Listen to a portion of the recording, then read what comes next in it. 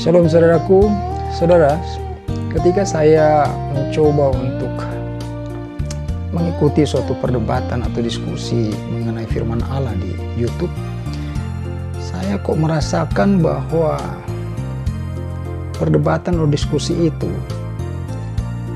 justru membuat firman Allah itu menjadi kompleks, ya, kalau tidak mau dikatakan menjadi rumit. Memang di dalam hal pemahaman atau pengetahuan ada memang yang didapatkan daripada perdebatan atau diskusi itu, tetapi kaitannya dengan iman ini justru menghasilkan cenderung kepada kebimbangan, ya, tidak bulat, ya, karena si A mempunyai pandangan iman seperti apa, lalu kemudian lawan bicaranya juga mempunyai pandangan iman seperti apa. Nah, kita yang mendengarkan itu menjadi mempunyai dua pandangan, ya. Kalau yang berdebat A dan B, mereka hanya mempunyai satu pandangan masing-masing lalu diadu. Tetapi kita yang mendengarkan itu kemudian menjadi dua pandangan, ya. Bagaimana iman yang harus teguh, yang harus satu itu, ya. Kita menerimanya dari dua sumber, ya, dari suatu keyakinan. Oleh karenanya saudaraku, saya sangat percaya bahwa firman Allah itu adalah sesuatu yang sebenarnya mudah untuk kita pahami. Ya, saya berani katakan itu mudah untuk kita pahami dengan dua alasan. Yang pertama, kita perlu ingat bahwa salah satu murid Yesus itu adalah berlatar belakang nelayan. Ya, mohon maaf, saya bukan merendahkan status sosial daripada seorang nelayan. Tetapi kita tahu untuk di zaman modern seperti sekarang juga, ya, nelayan itu kan memang harus diakui berada di suatu lingkungan sosial yang tidak seberuntung dengan yang tinggalnya di kota, baik itu dalam hal ekonomi maupun pendidikannya. Nah, apalagi di zaman Yesus, ya, di zaman Yesus itu kan tentu saja udah ribuan tahun yang lalu, ya, 2000 tahun yang lalu. Tetapi dalam hal ini Petrus sangat memahami isi hati Tuhan. Ya kan, isi hati Tuhan. Petrus memahami isi hati Tuhan. Nah, dari situ saya bisa ambil kesimpulan bahwa sebenarnya firman Tuhan itu mudah untuk kita pahami, ya. Yang kedua, kita tuh diberikan Roh Kudus, ya, yang akan mengajari kita, ya, mengingatkan, menginsafkan kita akan dosa, yang menjadi penolong bagi kita. Nah, jadi kedua hal ini sudah cukup untuk membuat saya mengambil suatu kesimpulan bahwa memang firman Tuhan itu, firman Allah itu adalah sesuatu yang sebenarnya mudah untuk dipahami. Nah, lalu kemudian kenapa menjadi sukar? Ya, kenapa menjadi sukar? Karena firman Allah yang adalah suara hati Tuhan, kita coba untuk memahami dengan akal budi. Di situ letaknya, ya. Ketika firman Tuhan yang adalah firman Allah kita coba pahami dengan akal budi, ya, dengan pengetahuan kita, dengan pengalaman kita, ya kan. Nah, ada orang-orang yang non-Kristen juga mempunyai suatu sikap seperti itu. Jadi mereka mencomot ayat di dalam Alkitab, lalu mereka mencoba untuk mengertinya, memahami firman itu dengan menggunakan akal budinya, pikirannya, pengalaman, pengetahuannya. Saya ingin katakan bahwa manusia tidak akan sanggup memahami pikiran Allah kalau memang hanya menggunakan itu, ya, pikiran kita, latar belakang kita. Latar belakang maksudnya status sosial, pendidikan kita. Ini sukar. Ya, siapa kita yang dapat mengerti akan pikiran dan jalan-jalan rencana-rencana Allah? Oleh karenanya maka kita dijanjikan diberikan Roh Kudus sebagai penolong, ya, sebagai penolong sehingga kita dapat mengerti isi hati Tuhan. Apakah kita tidak boleh menggunakan akal budi? Ya, tentu saja boleh akal budi itu kita pakai, tetapi bukan sebagai awal kita untuk mengerti firman Allah. Maksudnya, ketika kita membaca sebuah firman Tuhan, ya, kita membaca firman Tuhan, jangan serta-merta pikiran kita yang jalan gitu. Jangan serta-merta otak kita langsung berpikir. Ya, ketika kita mulai berpikir seperti itu, maka kita ini yang manusia sudah mulai menunjukkan eksistensi diri kita gitu untuk memahami Allah. Ini persoalan penting ya. Oleh karenanya itu kalau saya baca di Markus 13 ayat 11 ya, Markus 13 ayat 11. Ini sebagai contoh saja bagaimana Allah itu sebetulnya dapat memberikan sesuatu ya, pikiran kepada kita, suatu petunjuk kepada kita, bagaimana kita harus bersikap bertindak. Jadi di luar daripada pikiran kita ya. Markus 13 ayat 11 saya bacakan untuk saudara. Dan jika kamu digiring dan diserahkan, janganlah kamu khawatir akan apa yang harus kamu katakan, tetapi katakanlah apa yang dikaruniakan kepadamu pada saat itu juga. Sebab bukan kamu yang berkata-kata, melainkan Roh Kudus. Ya, ini contoh yang menarik ya. Firman Tuhan ini menjelaskan, janganlah kamu khawatir akan apa yang harus kamu katakan. Ya, ini kan sudah menunjukkan bahwa kita mungkin berpikir, wah, bagaimana nih ya, saya harus menjawabnya, bagaimana sikap saya, bagaimana saya harus bertindak. Pikiran ini membuat kita tidak bisa mendapatkan apa yang Tuhan mau dalam hidup kita. Ya, oleh karena dilanjutkan dengan kalimat berikut, tetapi katakanlah apa yang dikaruniakan kepadamu pada saat itu juga, sebab bukan kamu yang berkata-kata, melainkan Roh Kudus. Nah, disinilah poin pentingnya. Jadi ketika kita itu membaca sebuah firman Tuhan, kita harus punya suatu kerendahan hati. Ya, kerendahan hati mengakui diri bahwa saya itu bukan apa-apa. Saya itu bukan siapa-siapa. Bicaralah Tuhan ya sesuai dengan kuasa-Mu supaya saya mengerti apa yang harus saya perbuat dengan firman Tuhan yang ini. Ya kan? Jadi jangan serta-merta kita ketika menemukan sebuah firman Tuhan kita buat kesimpulan. Ya, karena kesimpulan itu kalau kita baca sesuatu lalu kita langsung buat kesimpulan, maka itu namanya kita itu sedang membuat suatu pemikiran kita itu disimpulkan gitu. Sementara firman Allah itu kan luar biasa ya. Firman Allah itu mengandung kuasa. Firman Allah itu adalah Allah itu sendiri. Ya kan? Jadi kita tidak akan maju-maju di dalam keimanan kita kalau kita selalu mempunyai pola seperti itu. Ya, begitu membaca firman Tuhan, langsung otak kita berpikir, wah ini maksud firman Tuhan itu ini, wah maksud firman Tuhan ini. Tidak bisa begitu ya. Kita makanya ada mendapatkan juga suatu firman Tuhan yang berkata, ya kan, renungkanlah firman Tuhan itu siang dan malam. Jadi firman Tuhan itu kita renungkan gitu loh, bukan kita pikirkan. Ya, bahkan ketika kita sudah merenungkan, kita mendapatkan remahnya. Ya, kita mendapatkan seperti tadi disampaikan di Markus 13 ayat 11 bahwa bukan kamu yang berkata-kata melainkan Roh Kudus. Jadi ketika kita merenungkan, Roh Kudus mengatakan sesuatu kepada kita. Bahkan kita bertindak itu tidak lagi harus memikirkan diri kita sebetulnya ya. Misalnya contoh, ada firman Tuhan yang berkata bahwa ampunilah musuhmu, berdoalah bagi mereka.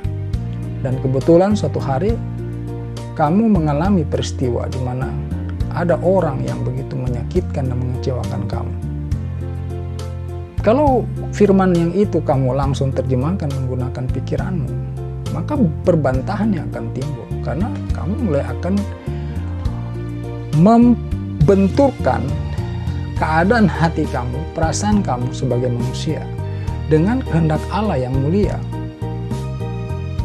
Jadi tidak akan pernah nyampe, tidak pernah akan sambung ya. Nah, kalau saudara begitu mengalami peristiwa itu dan ingat firman Tuhan seperti tadi ya, bahwa ampunilah musuhmu, berdoalah bagi mereka. Lalu kemudian saudara melakukan saja. Nah, disitulah firman itu akan menunjukkan kuasanya. Firman Tuhan itu akan bekerja sebagaimana yang difirmankan Allah juga, bahwa setiap firman Allah yang keluar dari mulutnya Allah tidak akan kembali dengan sia-sia, melainkan akan melakukan kehendak Allah.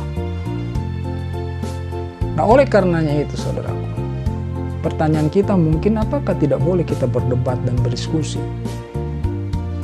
Ya, kalau bicara firman Tuhan, saya pikir kita tukar pikiran, sharing-sharing ringan ya. Maksudnya sharing, mungkin lebih tepatnya sharing kesaksian, itu juga masih oke lah. Tapi kalau kita berdebat agak susah ya kalau menurut saya, karena lagi-lagi firman Tuhan ini adalah firman Allah yang adalah Allah itu sendiri. Pikiran kita terbatas ya. Dan belum tentu juga ketika kita berhadapan berdebat itu, kita akan mendapatkan suatu lawan debat yang sebanding. Kan begitu. Wawasannya, ya kan? Pengalamannya bagaimana. Nah, oleh karenanya itu firman Tuhan itu memang lebih diperuntukkan untuk dilakukan, ya, bukan untuk diperguncingkan, bukan untuk diperdebatkan, didiskusikan, ya kan. Sebab ketika Yesus berhadapan dengan ahli-ahli Taurat dan orang Farisi, mereka juga mengutarakan suatu perdebatan kepada Yesus, ya kan. Melihat murid-murid Yesus makan tanpa membasuh tangan, dipersoalkan, ya kan. Itu kan perdebatan. Ya, karena tidak mengerti ya, maksud daripada suatu tindakan daripada Tuhan Yesus gitu. Nah, kita itu harus mulai merendahkan hati kita. Ya, jangan menganggap diri kita pintar, ya kan. Sampai kapanpun selama kamu hidup, belajar firman Tuhan itu tidak pernah akan kamu lampaui. Ya, kamu terus akan berada di bawah bayang-bayang firman itu. Makanya kita harus jadi pelaku. Kalau kita jadi pelaku firman Tuhan, disitulah Tuhan itu akan berkuasa atas hidup kita. Tapi kalau kamu menggunakan pikiranmu untuk setiap firman Tuhan yang kamu baca, seolah-olah kamu itu membandingkan diri kamu atau mengangkat diri kamu itu selevel dengan firman Allah. Bagaimana kamu mau berpikir, ya kan? Allah sendiri berkata, berfirman, siapa yang bisa menasihati dia? Jadi ketika ada firman Tuhan, kita pun tidak punya argumen apa-apa sebetulnya untuk mengatakan A, B, C, D. Kita tidak bisa menasihati Allah kan.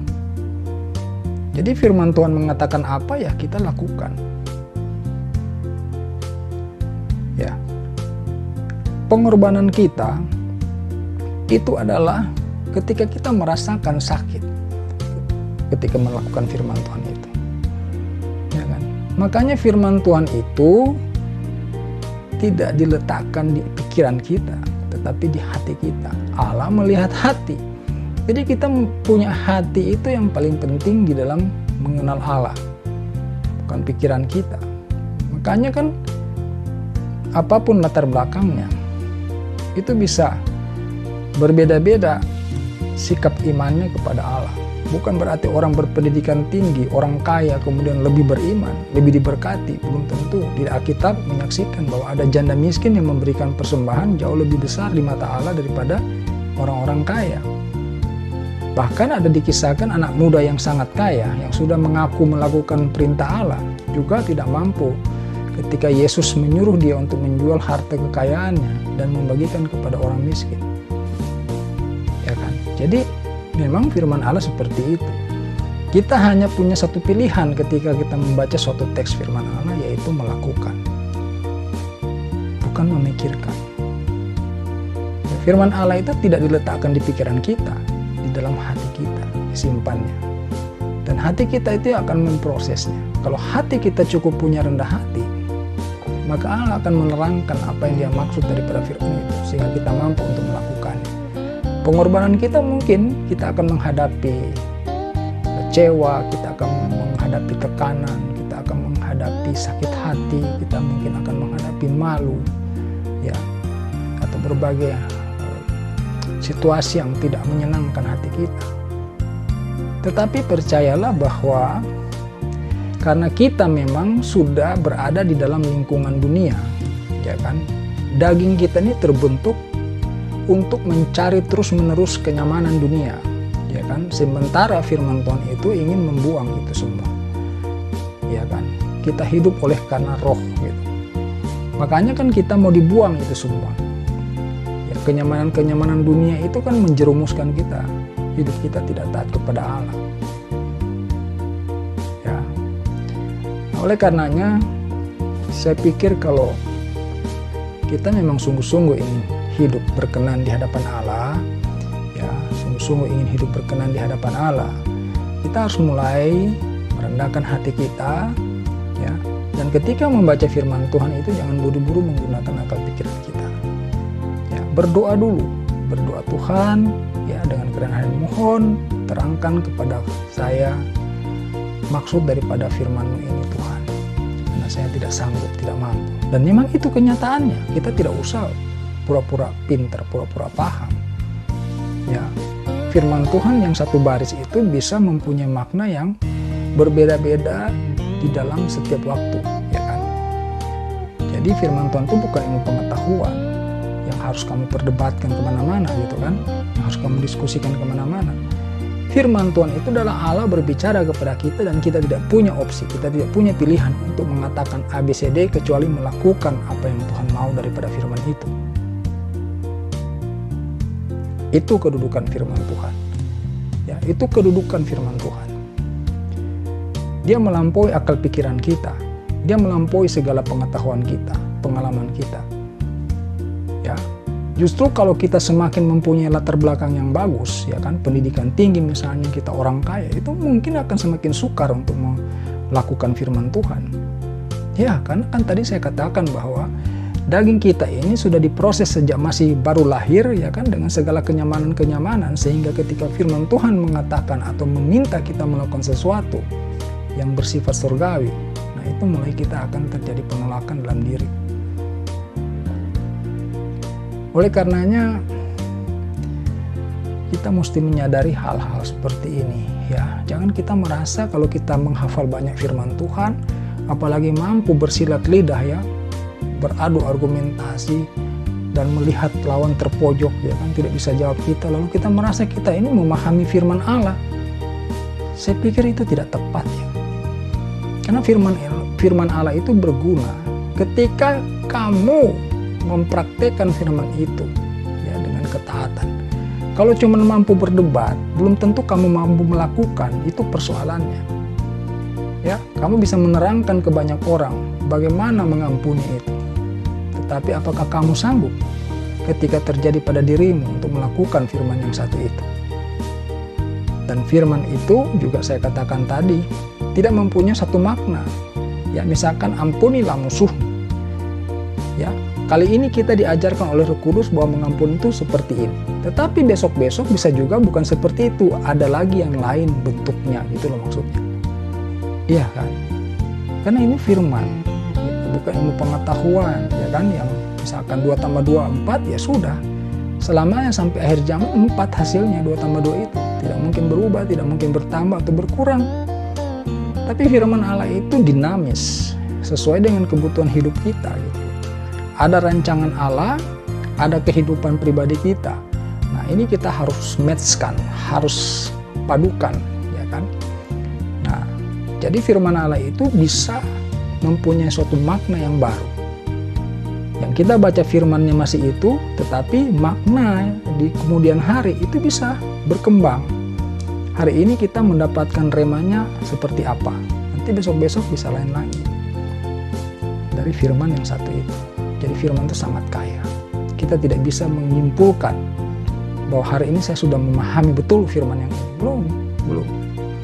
Kamu akan terus berproses. Nah, itulah firman Allah. Jadi mohon maaf ini kepada saudara-saudara yang mendengarkan video ini, yang kebetulan suka berdebat, suka berdiskusi. Saya bukannya alergi. Tetapi yang terutama adalah kita harus mempunyai kerendahan hati untuk mengerti firman itu dan melakukan. Itu yang penting, melakukan. Ya. Makanya kan ada orang yang sukar memahami firman Tuhan. Susah sekali. Kita jelasin dari panjang lebar. Sebagaimanapun kita cari cara untuk menjelaskan firman Tuhan itu, orang ini susah untuk mengerti. Kenapa? Karena dia coba menangkapnya pakai pikirannya dia, bukan pakai hati. Ya kan? Makanya ada banyak orang yang sukar untuk bertobat, sukar untuk menerima Yesus sebagai Tuhan dan Juru Selamat. Karena mereka menggunakan otaknya, bukan hatinya. Sudah jelas-jelas kita sedang berbicara mengenai Allah. Tapi dia coba-coba untuk memahami Allah itu dari pikirannya yang sempit. Mengatakan bahwa Yesus kok menjadi Allah kok menjadi manusia. Ya, itu kan pikiran manusia. Coba kamu berpikir dengan cara ilahi itu, dengan roh itu. Kalau kamu mengakui Allah itu Maha Kuasa, lah kenapa kamu menjadi heran Allah menjadi manusia dengan maksud mulia, ya kan, untuk membawa kamu kepada surga? Kamu kan orang berdosa, tidak mungkin Allah datang dengan wujud aslinya. Dia mulia, ya kan? Ketika dia datang dengan keasliannya, bertemu dengan kita yang penuh dosa, ya kan kita hangus, tidak mungkin bersatu. Oleh karenanya dia mengambil rupa manusia, karena yang dia akan temui juga adalah manusia. Ngapain dia menjadi hewan? Justru kalau dia menjadi hewan, menjadi pohon besar, atau menjadi gunung, menjadi batu, menjadi apa, itu justru aneh. Ya kan, itu Allah yang aneh. Tapi kalau Allah menjadi manusia, ya, kita rendahkan hati kita mencoba mengerti, ya kita akan bisa menerima kondisi itu bahwa memang betul Allah harus menjadi manusia, karena yang akan dia temui, yang dia akan selamatkan juga adalah manusia. Itu satu contoh. Jadi saudaraku, semoga renungan singkat ini membantu saudara untuk menerima Yesus sebagai Tuhan dan Juru Selamat. Ya, jangan keraskan hatimu dengan menggunakan akal budimu, pikiranmu, pengalamanmu. Itu semua tidak akan membawamu kepada keselamatan. Itu adalah ego, kesombongan manusia, merasa pintar.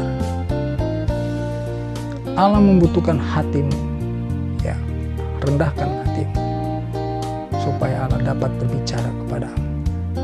Semua orang mempunyai kesempatan yang sama untuk diselamatkan. Yang membedakan adalah hatimu itu apakah terbuka, dilapangkan untuk Allah berbicara kepada dirimu. Ini yang menjadi perbedaan. Sekali lagi, Yohanes 14 ayat 6 berkata, Yesus berfirman, Akulah jalan, kebenaran, dan hidup. Tidak ada seorang pun yang datang kepada Bapa jikalau tidak melalui aku. Ini firman Allah. Jangan menggunakan otak kita untuk mendengar ini dan mencoba-coba untuk mengertinya. Pakai hatimu, rendahkan hatimu, berdoa. Tuhan, maksudmu apa dengan firman yang barusan saya sebutkan itu? Berbicaralah Tuhan, nyatakanlah kebenaranmu. Maka Tuhan pasti akan berbicara kepadamu untuk menunjukkan kepadamu siapa Juru Selamat itu yang sesungguhnya. Terima kasih sudah mendengarkan video ini. Kiranya memberkati saudara. Haleluya. Amin.